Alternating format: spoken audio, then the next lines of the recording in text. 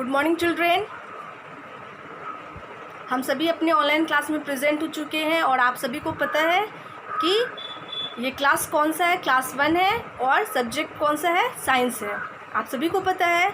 और जैसे ही आप लोग प्रेजेंट होते हैं अपनी क्लास में तो आप सभी क्या करते हैं, अपना अटेंडेंस खुद से बनाते हैं कमेंट बॉक्स में जाकर, है ना।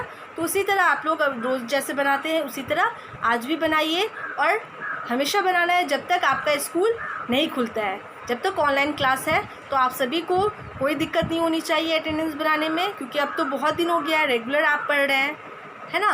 तो अपना अटेंडेंस बना लीजिए, उसके बाद फिर देखते हैं कि हमें क्या करना है, आप सभी को क्या करना है।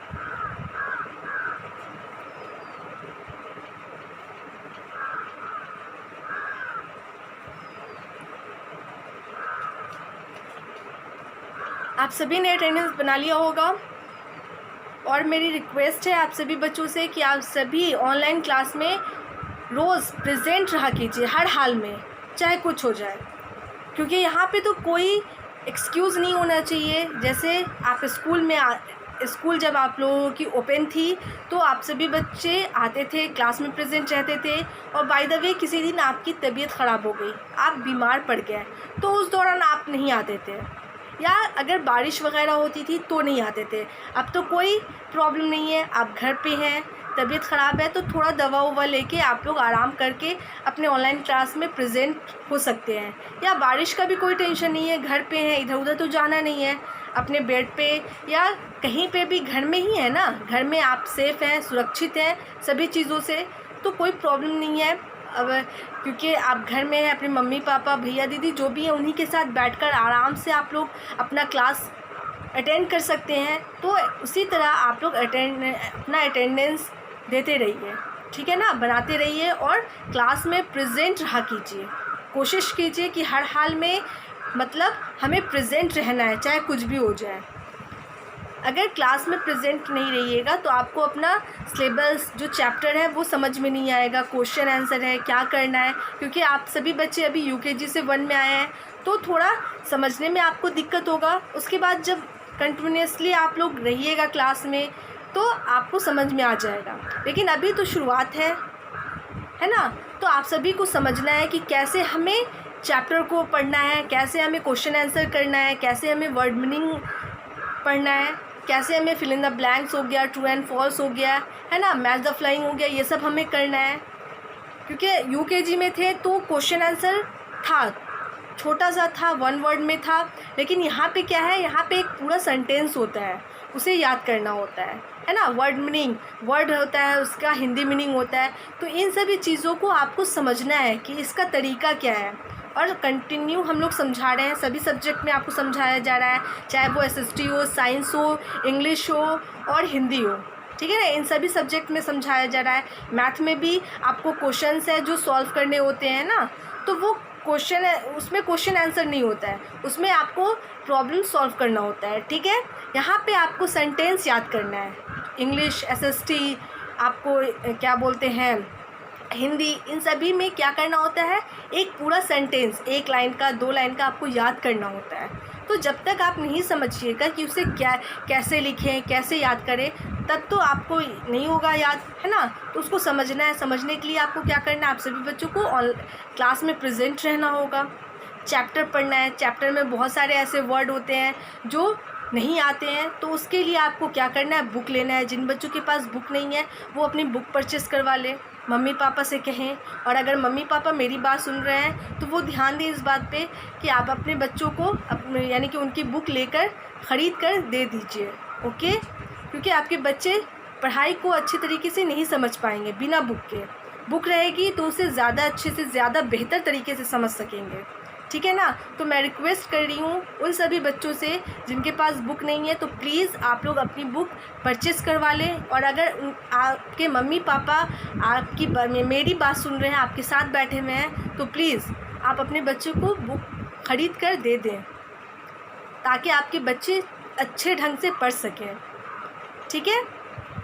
अब हम आते हैं अपना जो आज का क्लास है उस पर। कल मैंने आप सभी बच्चों को प्रीवियस क्लास का जो था उसमें मैंने क्या दिया था, एनिमल्स एंड देयर साउंड, मतलब एनिमल्स के साउंड को मैच करना था।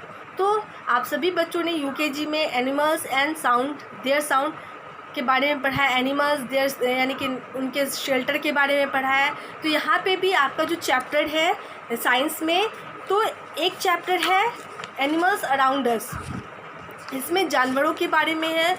और जो इसके नेक्स्ट चैप्टर है food and shelter for animals, भोजन और आश्रय रहने का स्थान जिसे कहा जाता है वो जानवरों के लिए। तो दोनों चैप्टर तो सेम है, तो क्वेश्चन भी मैं सेम दोनों से रिलेटेड ही दे रही हूँ।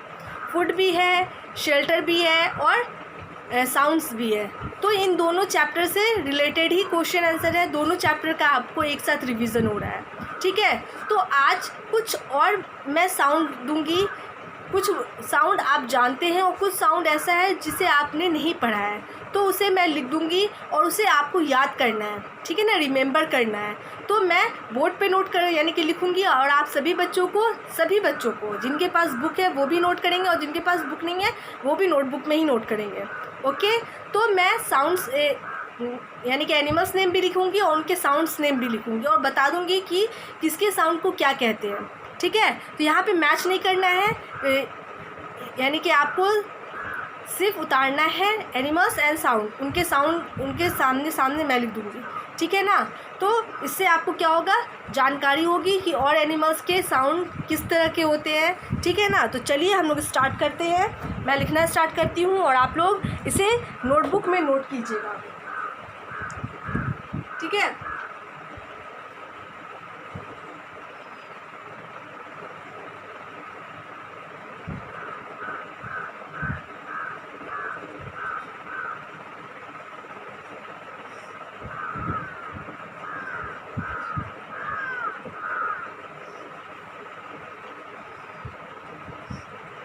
एनिमल्स एंड देयर साउंड, ठीक है।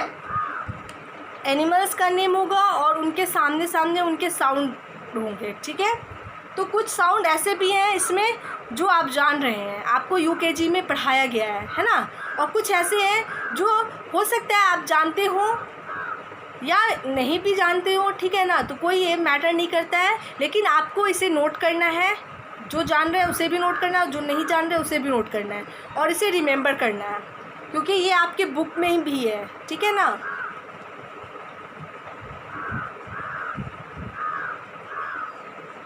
HORSE हॉर्स, हॉर्स मीन्स घोड़ा, और घोड़े की साउंड क्या होती है, हॉर्स साउंड क्या होती है, नी, NEIGH नी, ठीक है। उसके बाद है pig, PIG pig, pig means क्या होता है, सुअर, ठीक है। उसके साउंड को क्या बोलते हैं, ओएंक, OINK ओएंक, ठीक है। उसके बाद है स्नेक, SNAKE स्नेक, स्नेक के साउंड को क्या बोलते हैं, हिस। उसके बाद है बी, BEE, बी मीन्स मधुमक्खी और बी के साउंड को बज बोलते हैं, बज। उसके बाद है 5 number bear, BEAR bear, bear sound होता है ग्रॉल,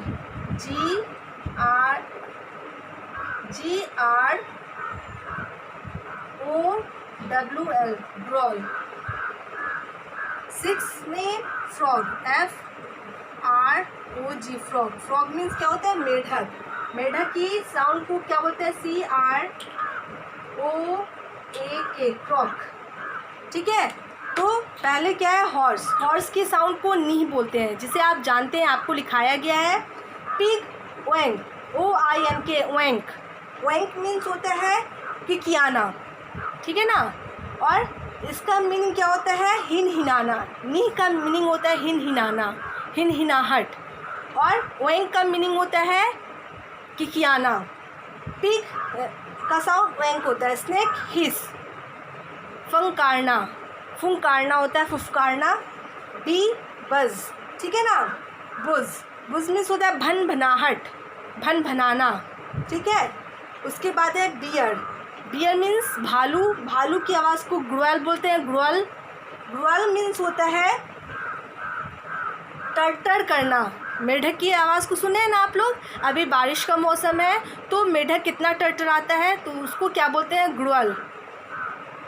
उसके बाद है frog, sorry bear. Bear means होता है क्या बोलते हैं, गुड़वल, सॉरी गुड़वल मीन्स होता है गुड़ाना, ठीक है ना, गुड़ाना। जैसे कभी कभी बिल्ली गुड़ाती है, बिल्ली यानी कि उसके साउंड को म्यू बोलते हैं लेकिन वो गुड़ाना ही होता है, ठीक है ना, इसको गुड़ाहट बोलते हैं या गुड़ाना।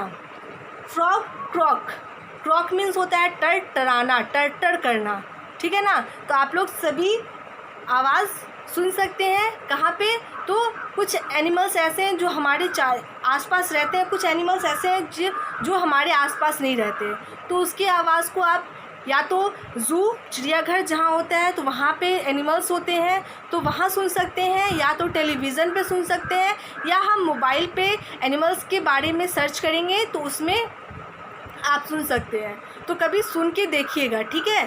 तो ये चीज़ आपको आइडिया भी होगा कि किसके साउंड को क्या बोलते हैं। तो मैं एक तरफ ऐसे ही लिखवाती जा रही हूँ एनिमल्स नेम और दूसरी तरफ उनका साउंड है, ठीक है ना। तो आप ऐसी तरह neat and clean hand writing में डेट डालकर हेडिंग डालिएगा और 1 बाय 1 ऐसे ही लिखिएगा। तो 6 हो गया यहाँ पे। अब हम 7, उसके बाद 7, 8, 9, 10 इस तरह से लिखेंगे, ठीक है। उसके बाद है 7 नंबर, ओके। 7 में एलिफेंट के साउंड को भी जानते हैं आप लोग, ELEPHANT। एलिफेंट मीन्स हाथी के आवाज़ को क्या बोलते हैं, ट्रम्पेट, ठीक है ना, TRUMPET, ट्रम्पेट, ठीक है।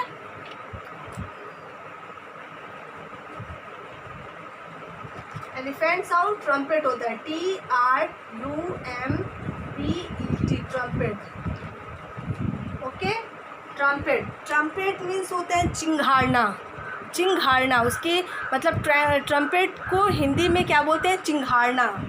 उसके बाद है 8 नंबर। 8 में है माउस मीन्स क्या होता है, चूहा, MOUSE, माउस मीन्स चूहा होता है। चूहे की आवाज़ को क्या बोलते हैं, SQUEAK,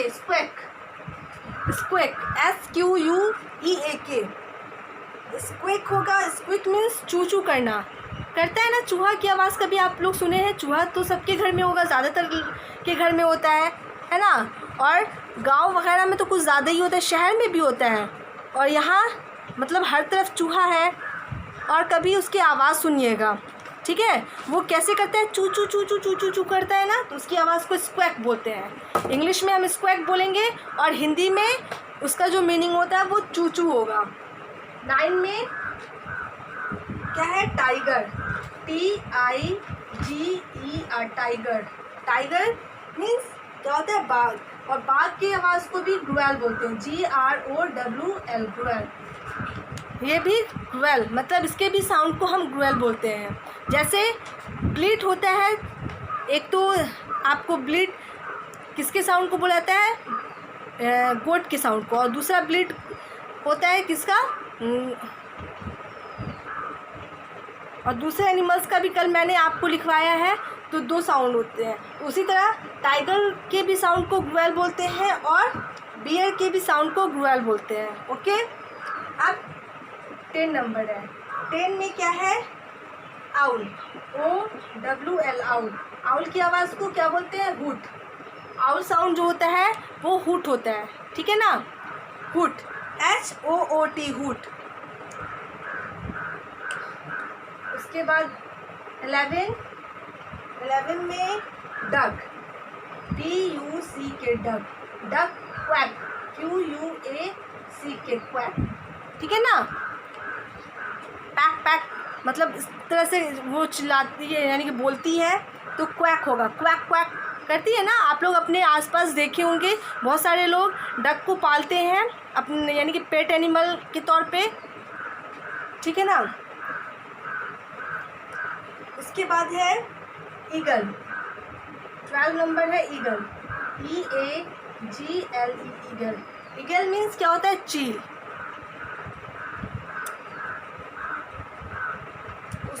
उसकी साउंड क्या बोला जाता है, हॉन्क, HONK, हॉन्क। हॉन्क होता है। हॉन्क मीन्स काव काव करना, उसकी जो आवाज़ होती है वो हॉन्क कहलाती है, ठीक है ना।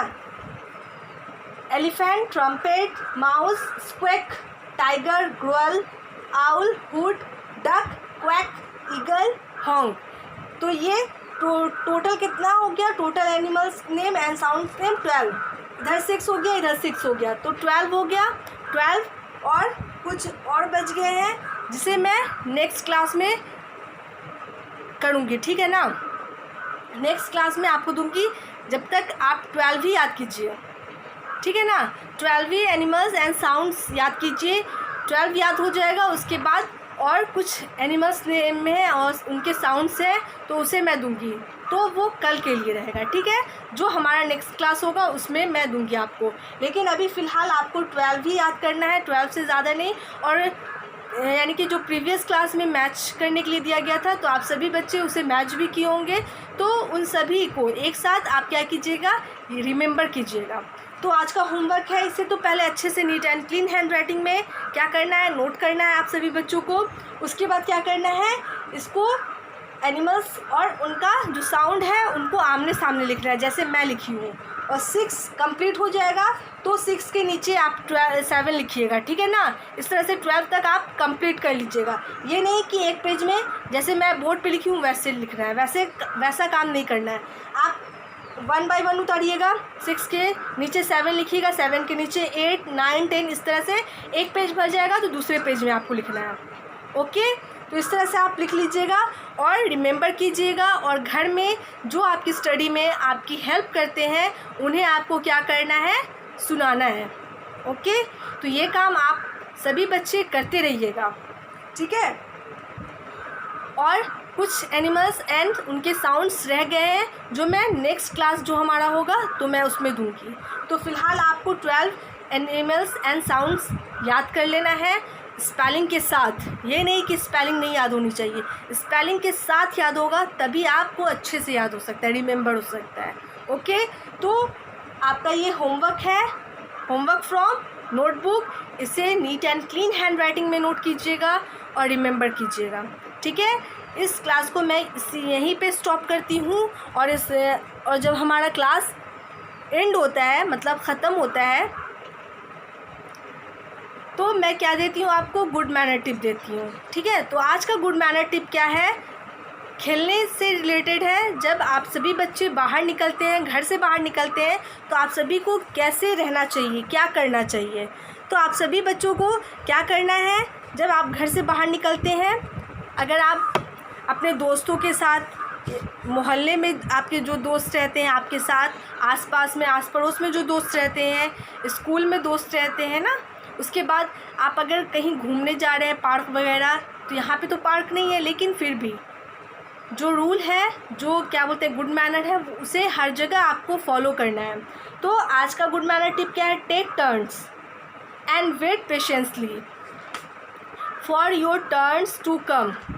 जैसे आप खेल रहे हैं अपने दोस्तों के साथ, ठीक है, स्कूल हो या आपका घर हो, घर से बाहर में आप खेल रहे हैं, क्रिकेट ही खेल रहे हैं या अदर आप साइकिल राइडिंग है या अदर कोई भी गेम है, तो उसमें जैसे कि क्रिकेट में आपका बैटिंग अगर जब तक नहीं आता है तो आप दूसरे की बारी में झगड़ा करके आप मत खेलिए। मतलब अगर आपको बॉलिंग करना है तो बॉलिंग कीजिए, और आपकी बारी आती है तभी बैटिंग करना है या बॉलिंग करना है। ये नहीं कि आपकी बारी नहीं है, आपके दोस्तों की बारी है और उसमें आप अपनी झगड़ा करके उसकी बारी में आप खेल दिए और अपनी बारी में भी आप खेल रहे हैं, तो ये सब चीज़ नहीं होना चाहिए।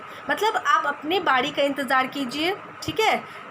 जब आपकी बारी आ जाए, जब आपको खेलना है, बैटिंग करना है तभी बैटिंग कीजिए, आपको बॉलिंग करना है तभी बॉलिंग कीजिए। ये नहीं कि आप कंटिन्यूअसली बैटिंग ही कर रहे हैं या बॉलिंग कर रहे हैं ना, ये काम आपको नहीं करना है। अगर आप साइकिल राइडिंग हो रहा है या अदर कोई भी गेम हो रहा है तो वहाँ पे आपको अपनी बारी का इंतज़ार करना है, ठीक है। वहाँ पे झगड़ा नहीं करना है और अच्छे से अच्छे बच्चों की तरह खेलना है सभी के साथ, ठीक है। सब आपके दोस्त हैं, ठीक है। तो ये चीज़ आप हमेशा याद रखिएगा, कहीं पे भी हो तो इस गुड मैनर को आप फॉलो कीजिए और दूसरे को भी बताइए, चाहे वो आपसे छोटे हो या बड़े हो, आपको गुड मैनर आपको सिखाया जा रहा है ताकि आप फॉलो करें और दूसरों को भी बोले फॉलो करने के लिए। तो इसे आप हमेशा अपने दिमाग में रखिए, और जहाँ पे भी आपको लगे कि नहीं ये गलत है, आपको गुड मैनर सिखाया जा रहा है, आपको उस गुड मैनर को अगर आपको याद आता है तो दूसरे को उस चीज़ के लिए बताइए, ठीक है ना।